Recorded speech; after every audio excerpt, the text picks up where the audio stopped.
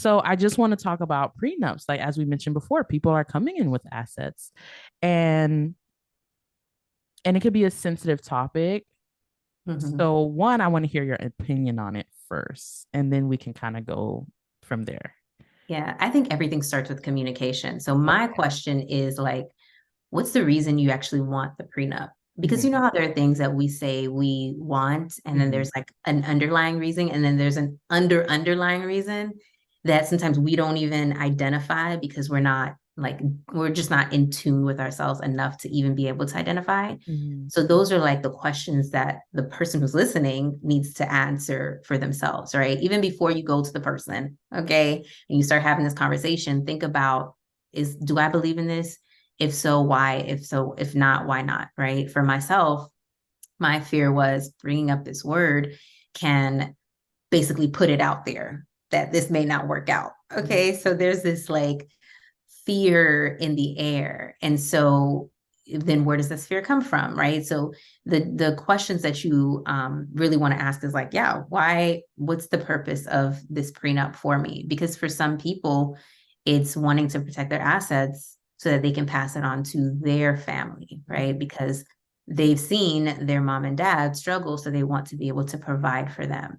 Okay, Mm-hmm. that's a great reason to have a prenup in place. And if anything, that can be a conversation that you address during marriage about how can we make sure that your parents are good, right? How can we make sure that your nieces and nephews receive money from you on the regular or when you pass and et cetera, and I don't take that from you. Mm-hmm. So I would encourage people to reflect on that. For some people, it's more about their children. If you're coming into the marriage with children, Yeah. like for me, it makes sense, right? You want to make sure that your kids don't get screwed over if something Yeah. happens to you. Mm-hmm. If whether if you pass or the person passes, you want to start to think about what happens to my children, what happens to our children. Yes, this is Mm-hmm. all our children at this point or whatever, but I still came in here with some people. And so I need to take care of mine. So if there's a way to address those real issues, those underlying issues beforehand, that would be great. And then also, yeah, just discussing that within the context of prenup would make sense. I've heard about one, I think this was a movie where their prenup agreement was that if we ever want to get divorced, we need to have a divorce party and we need to re-invite everybody that we invited Oh to wow. our wedding to come to this divorce party. Oh wow. So you can imagine how uncomfortable that is, right? So prenups don't always Yeah. have to be about finances, but it can Yeah. be about like these are the steps we're going to take if Mm-hmm. something happens. So yeah, I think those questions are important to reflect on. I really appreciate you being open to prenups because I think that some people may feel like in order for you to be traditional, you can't like adopt certain like modern perspectives. But what you said, I think is so true because I think that modern love, if you guys listen to me, I talk about Esther Perel and she talks about modern love. Like we are moving a little bit different. It doesn't mean that we have to throw away traditions, but things have changed. And I think that one thing is that people are coming to relationships a little bit differently, right? People are coming into relationship with children and they're coming into relationship with businesses. They're coming into relationships with houses and, things like that. So people really have to do consider these type of things, prenups, which is probably wasn't a conversation before. And I think that prenups also allow a conversation. It kind of forces a little bit those Yeah. nitty gritty details to have that conversation. And another thing that you mentioned, which is sometimes prenups is not always about the assets and things, because I've heard people do prenups to talk about staying home with the children. Like, hey, Right. right? Like I'm gonna have You're children. not Yeah, about to leave me with them kids. Okay. This is gonna be the I'm setup. gonna lose my income. I want to stay home for 3 years. What does that look like? Are you providing for me? Right. And I guess for some people, if they're uncomfortable with the actual document, then I get that. But I think that, and to be honest, this has been part of my maturity because I was thinking in a traditional mindset where, like, okay, no, if you love each other, then you don't need a prenup. But then after growing a little bit and understanding that people are coming into relationships in different aspects and how prenups can be used beneficially, like can be used in a good way, right? Like you said, if you're having that conversation, asking yourself why, hopefully it's not coming just out of fear. It can be used for good. it could be used for good. It doesn't have to mean that you guys are not in love, or it doesn't have to mean that you guys are like destined to be divorced. Because I've heard that argument as well. Like, if you get Mhm. a prenup, that means you're agreeing that it's going to end. Yeah. And I don't know if I agree with those sentiments anymore.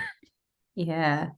There are some states that every state has different laws in Mhm. regards to protecting the spouses as they, get a divorce. And really it's been designed to mostly benefit women because a lot of women for a very long time were not working. It was the man that was working and they were taking care of well, technically I think being a mom is two jobs, right? Come That's on.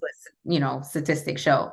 So for a lot of women, they're putting in the work at the home and not necessarily bringing in money. So when they get a divorce, they end up getting screwed over. And Mhm. so this is why different laws have been put in place to kind of protect those spouses who are staying at home and not bringing in an income. So I would encourage people who are considering prenups to start to look at what is going on in your state, right? How am I protected?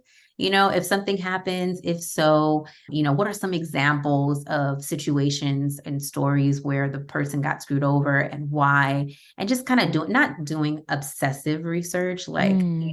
so you don't go crazy, go down a rabbit hole, Mhm. but just kind of understand, right? Because I know, for example, a simple example, the state of Texas is one of the states where there's a few states, I think there's like 9 states where if you're buying a house, even if you're buying it in your name alone, right, Chrislyn, and you're using your income, you have to put your husband's name on the title. And yeah, and so this is communal states basically. So you basically want to make sure that hey, if my state ain't one of the 9, right? If my state it doesn't protect myself, then essentially how can I make sure that this property that we bought together, even though it's under their name, that I can find a way in so that I'm not screwed over and left without a house, right? And again, you can get an attorney involved and stuff. And for a Mhm. lot of people, unfortunately, a lot of women don't fight for these things and we end up getting screwed over. But baby, my name's on the title. So you cannot Mhm. sell this without me. You cannot do anything. This is my property too, right? So I think hopefully if you're getting married and you're thinking about this stuff, hopefully you're doing the type of research to figure out how can I protect myself all in all. And another thing I was going to say in regards to that, be willing to compromise when you do have these conversations. Because if you guys do have differing opinions, it doesn't necessarily mean that the person doesn't believe in the marriage. It Mm. doesn't. Because it may be those fears and insecurities that they have yet addressed. They have Mm. yet to address. So that can come from what they've witnessed over the years. So be willing to compromise and then be transparent.